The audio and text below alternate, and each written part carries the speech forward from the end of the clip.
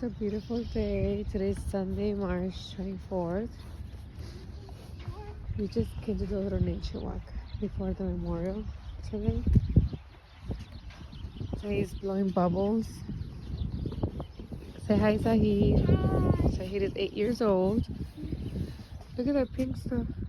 Oh, that's a lamp. So peaceful.